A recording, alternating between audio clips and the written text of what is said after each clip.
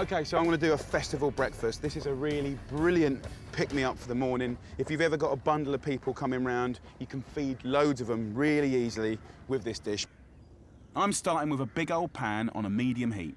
I'm not going to give you quantities, right? It's a feeling, so you kind of got to use your common sense and just make up your own version of this. I've got smoked bacon going in a pan. I want the bacon to get really dark and crispy. So whilst that happens, I'm going to chop up loads of different types of chilies. So then I'm going to go in with the chili. Beautiful. And then I'm going to shake in this onion. I'm also chopping up some red and yellow peppers. And obviously the peppers and chilies come from the same botanical family, originally from South America. They actually do have a chemical in it called capsicum, which gets you going. It releases endorphins, so it's a wonderful pick-me-up in the morning. I mean, genuinely. If I'm ever caught out and I'm feeling just a little bit like I need a bit of going, where people are having espressos and stuff, I just have a little chomp on a chili and it really, really works. It really does work. Just keep the pan moving. All the veggies are talking to each other. The bacon fat's going around them. Give it a little shake. Heavenly. So I'm going to season with salt and black pepper, and I'm going to add a little bit of Cajun rub, but you could use some smoked paprika. Give it a nice little rub up. See all this nice stuff stuck to the pan here? We want that, that's flavour. So just a little swig of water. It's going to evaporate straight away, but we're just going to take it off the bottom, and that's like your kind of pan juices in a gravy almost. So we've got all of our base flavour with attitude, and now I'm going to add some juicy plum tomatoes. Just put them in your hand and scrunch the bad boys up. I have washed my hands. So basically what we've made is a kick-ass Mexican-inspired tomato ragu. Next, fresh tomatoes. Try and mix it up with different varieties and colours. Just lay them on top. So let's have a little taste up. Nicely seasoned. Now the point of this is finding a tasty way to poach eggs. So I first saw this technique on the borders of New Mexico. I saw them making these incredible kind of ragus, just like this. But then they start poaching eggs in it. So you don't just have to poach egg in water. I need to basically make little wells and do my eggs. Got to be quick because we want all the eggs to cook at the same time.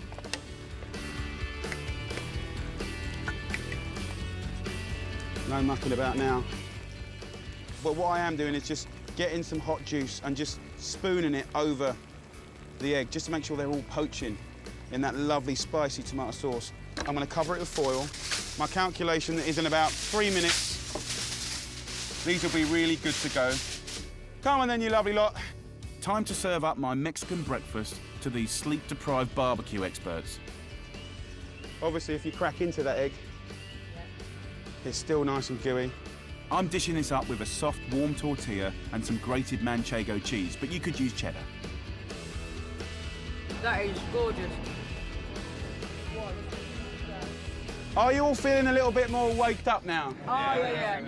I'm always trying to come up with new ideas for delicious and exciting meals for my family.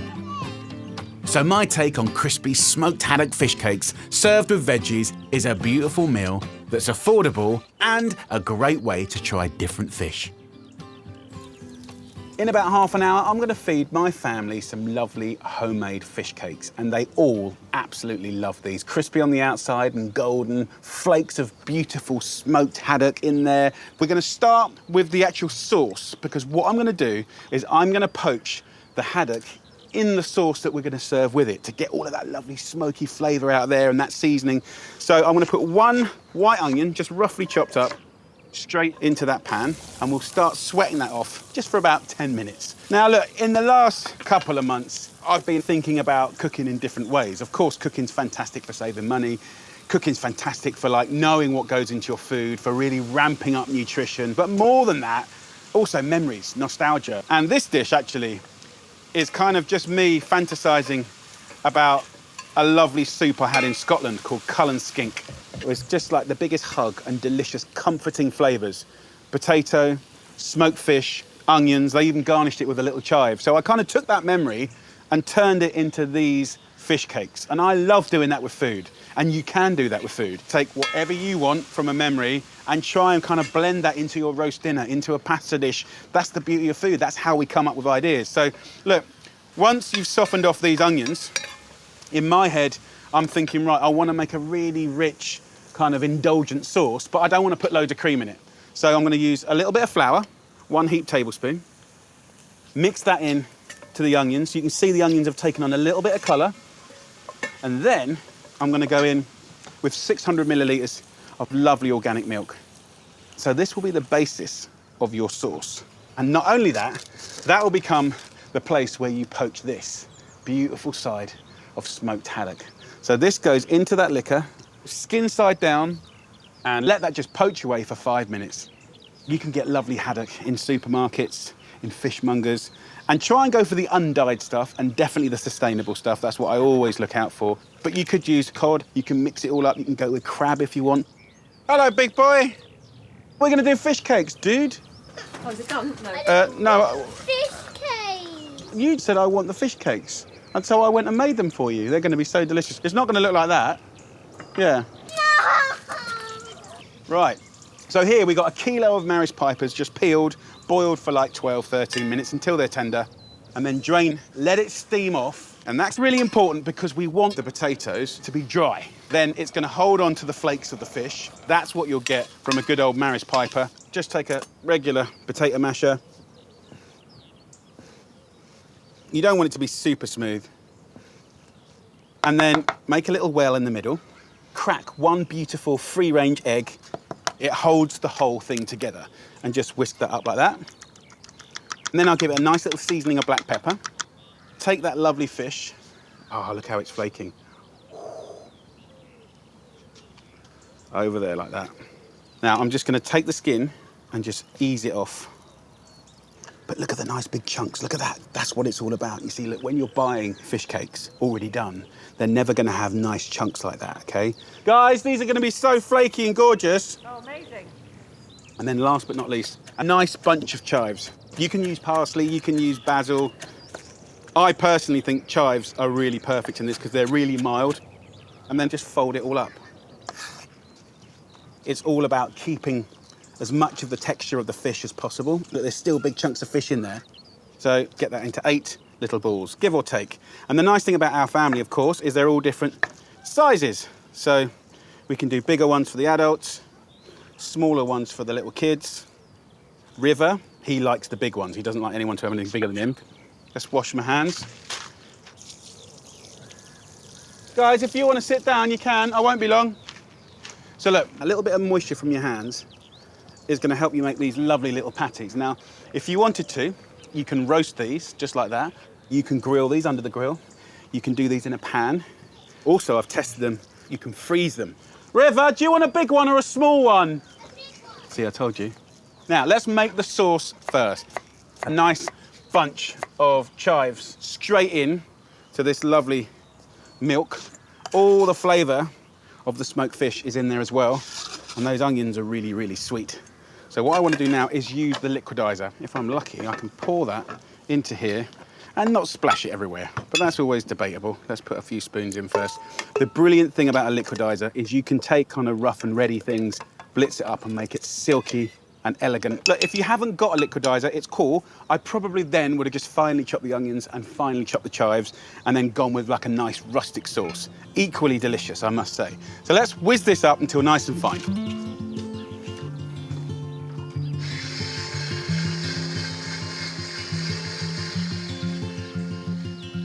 Look at that. That is the most amazing colour. Wow. So good. Sweet, smoky, vivid green, that subtle tinge of the chives. Get yourself a large non-stick pan. Get that warm. A nice lug of olive oil in there. Get your fish cakes. Let's place them in the pan. Be delicate with them. You don't want to break them up. Let the oil just move around the pan and keep them jiggling a little bit. Let's turn these around. Look at that golden sizzling colour. Wow. About 4 or 5 minutes on each side, but the colour should teach you everything. I think when you make your own, you can kind of really work on the crispiness, the big flakes of fish, and not only that, but they're like $1.84 a portion. just a thing of beauty. Get that lovely sauce back in a pan to reheat it. Garnish this with some chives. I'll serve that with some carrots, a few peas, and that'll be a lovely lunch. Let's plate one up. I'm gonna have a little cheeky taster. Before I start feeding the masses, take that nice big fat fish cake like that. I've got a little chive flour that I'll just sprinkle over the top. A kiss of olive oil, wedge of lemon, and that is a beautiful homemade fish cake. Let's get amongst it. Let's have a squeeze up. Lemon juice. Gosh. Nick a bit of that sauce. Look at that. Come on. Oh, man. That's a lovely memory of being in Scotland and those beautiful flavours and the lovely people that I met, kind of reborn as a fish cake. And I think that's what food's about, right? Imagination, memories. You know, that is a lovely home meal that feels special. Right, who's the greediest person in the family? Me! Petra, give me your plate, sweet pea. I've given you 2 little ones because you're special. Oh! Well, this is nice. Do you like the sauce? Yeah. It's quite smoky, isn't it? Yeah. It's basically just chives, and we poached the fish in that liquor as well. It's like high mass. Do you like your fish cake? Yum.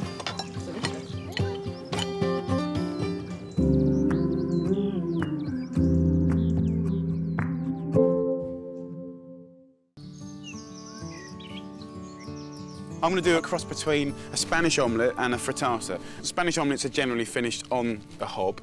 Frittatas are finished in the oven, so they sort of souffle up a bit. But I'm using chorizo, and brilliant, you know, quality pork, sliced about 1 centimetre thick. You know, if you get a good one, you've got good quality fat in there, herbs, secret ingredients, smoked paprika, which I love to bits. And what I've got in the oven is a pan, nice and hot, and you get some oil straight in there. Right, and we go in there with the chorizo, and then in with the potatoes. Give it a little toss about. And the great thing is, you can see already, that paprika starts cooking out of the sausage, and that gives wonderful flavours. So you can see what I've done in the wood oven. I've just put it on some coals. If you've got just a normal oven, you whack the oven on full whack and do exactly the same, no difference at all. And then I've got some rosemary. Now, rosemary, chorizo, pork, potatoes, brilliant friends. So a little pile of that. Lovely. So, got some lovely eggs. Right, so I've got a bowl. I'm going to use 3 eggs, nice large eggs. You can see, look at the lovely yellow yolks in there. So 3 eggs, a little pinch of salt, little pinch of pepper. Give it a little whisk up. You can see the lovely colour. And then you've got lovely the chorizo and you know, the potato. I mean, it's all the things you love, really. Sausage, potato, eggs. Look at that. We've already got nice colour. Delish. So what I want to do is just maybe flick off some of these. Right, and in the pan here, you've got the fat in there, right, and that's good stuff. I'm going to literally sprinkle that in, and as soon as that goes crispy, which is in about 15 seconds, like, it's snappy and meaty and steaky and delicious and fragrant. So literally do that, keep some in, and I'm going to just pour in the eggs, like that, and then flick all my bits of sausage and rosemary back into this little darling. Rosemary's important. I mean, just great flavour.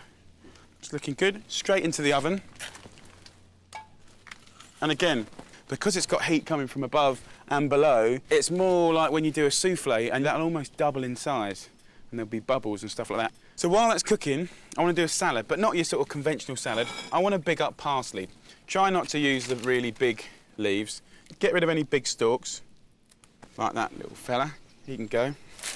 And then I've got a shallot that I've just pulled out the garden, and take the end off, peel the old fella.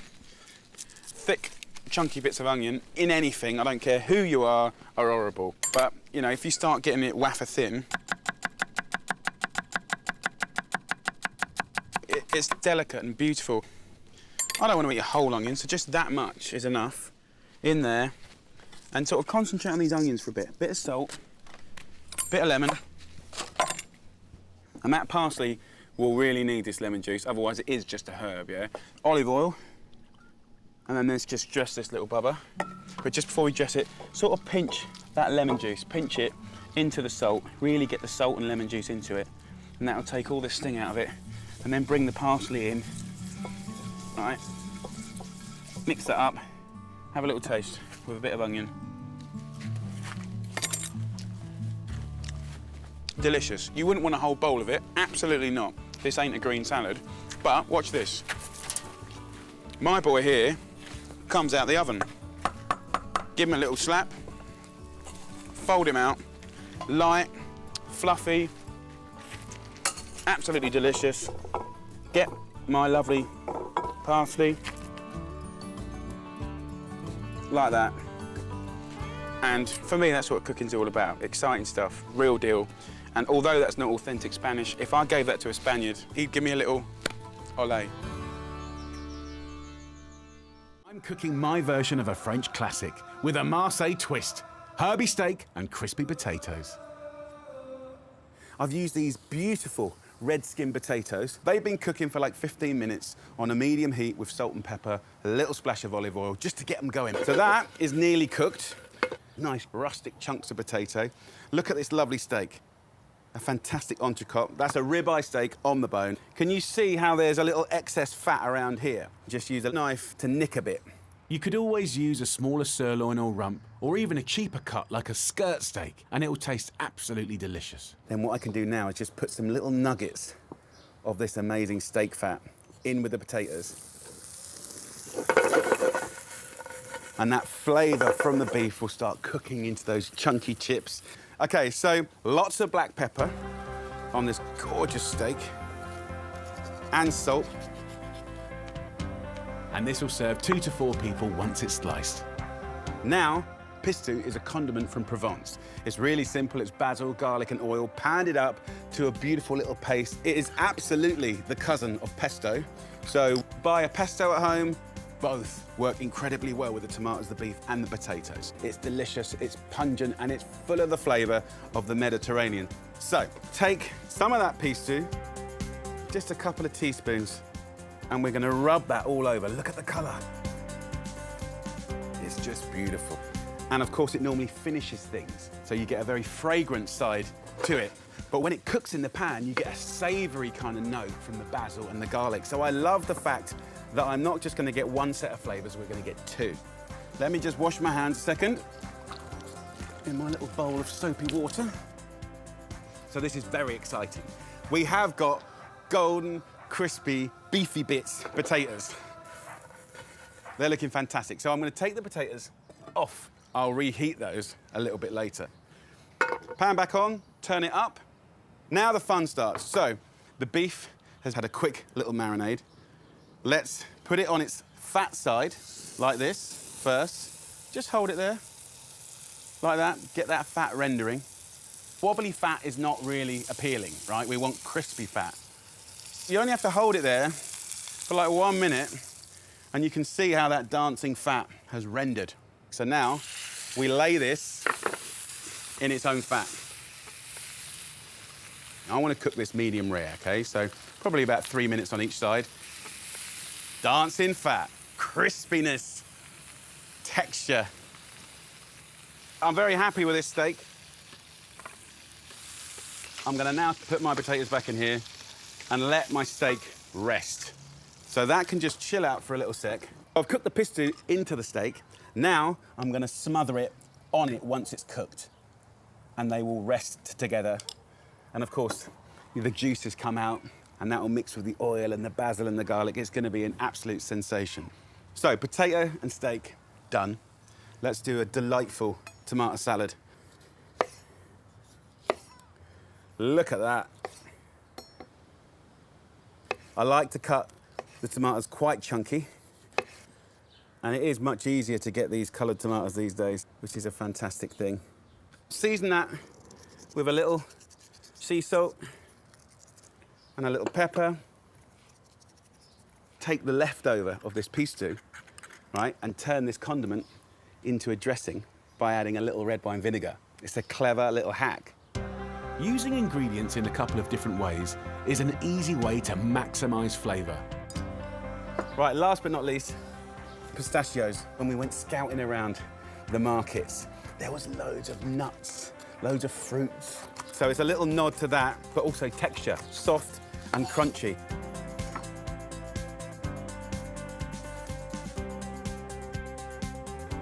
And then I just want to slice into that steak.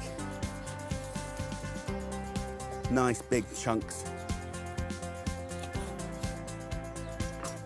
Oh yeah, blushing away.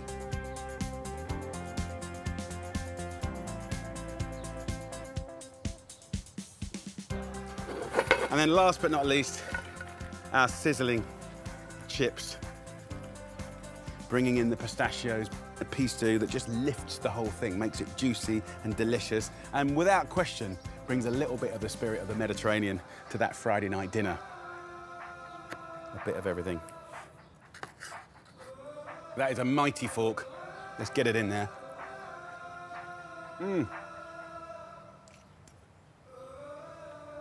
Beautiful.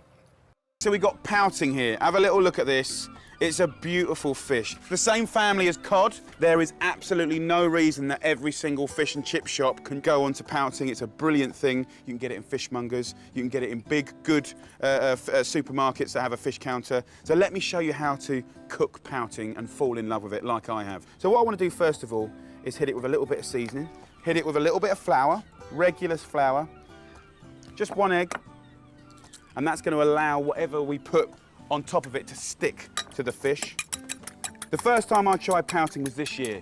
And it's kind of unforgivable really. I'm into food, I'm into fish, but all chefs and the public, we've just never heard of these fish before. They've never been made famous, do you know what I mean? And for me, it's like a brand new band that's just come out of nowhere. Pouting for me, in every single way, is as good as cod. End of story. It's delicious, it's buttery, it's flaky, it's juicy. You know, it's a wonderful carrier of flavours. You can spice it. I'm just putting it in a little egg and then into some breadcrumbs. You know, I'm going to leave one whole, like a nice fillet, sort of adult styley.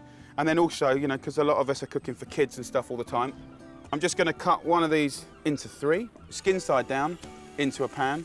Next time you go to buy your cod, ask for pouting. And if they haven't got it, ask them why. I think what you guys at home don't realise is that when you go and ask for something, the world starts to change. The temptation when you're cooking like this, with any fish, is to keep touching it, shaking it, turning it, prodding it. Use your instincts, right? You can see what's going on. If you look in here now, see there? You can see the frying taking place. Listen, you can hear if it's going too fast. It's frying nicely. What I want to do to go with it is some really nice sweet potato chips. Dead simple. Let me show you how simple it is. Just a couple of ingredients. Sweet potatoes, give them a scrub. Delicious, a little bit different. Half it, quarter it, and then just carefully put your fingers either side of the quarter and gently cut down like that. Make yourself a nice little wedgie. Sweet potatoes are sweet, they're nutty, and there's a few little tricks to make them gorgeous. So a little salt, a little pepper. You can put some herbs and garlic in there if you want, but for me, try this. This is smoked paprika, you can get it everywhere. And just like a little ½ teaspoon of this from a height, just so it goes everywhere, is brilliant. Little olive oil. And whack those in an oven at about 180 degrees Celsius, 350 Fahrenheit, for about 35, 40 minutes. You know when they're ready because they look gorgeous, and when you eat one, they taste good. So give them a toss up, and what's nice is all that flavour sticks to the sweet potato. So I've got some in the oven, going already. Let's show you how to turn this. Get it under there and just literally turn it over. Look at that. Absolutely gorgeous. You can see the whole texture of that. That is a first-class Formula One brilliant fish. Bashing up some basil. Bog standard mayonnaise going in there. It'll go a beautiful sort of pastel green colour. Lemon. have a taste. We're in a good place. This is what those beautiful sweet potatoes look like when they're done. They're gorgeous. They sort of shrivel up, go crispy, and really intensify. Let's plate up this beautiful, beautiful fish. And what's nice is you can see that gorgeous texture of the fish there. Just a couple of these little chips on the side. A nice little spoon of this gorgeous Cheats basil mayo, but it's brilliant, really is brilliant with it. And there you go, a beautiful dinner. Let me just break into that. You can see, literally, how deliciously flaky and gorgeous that fish is. Go out, get yourself some pouting. Brilliant.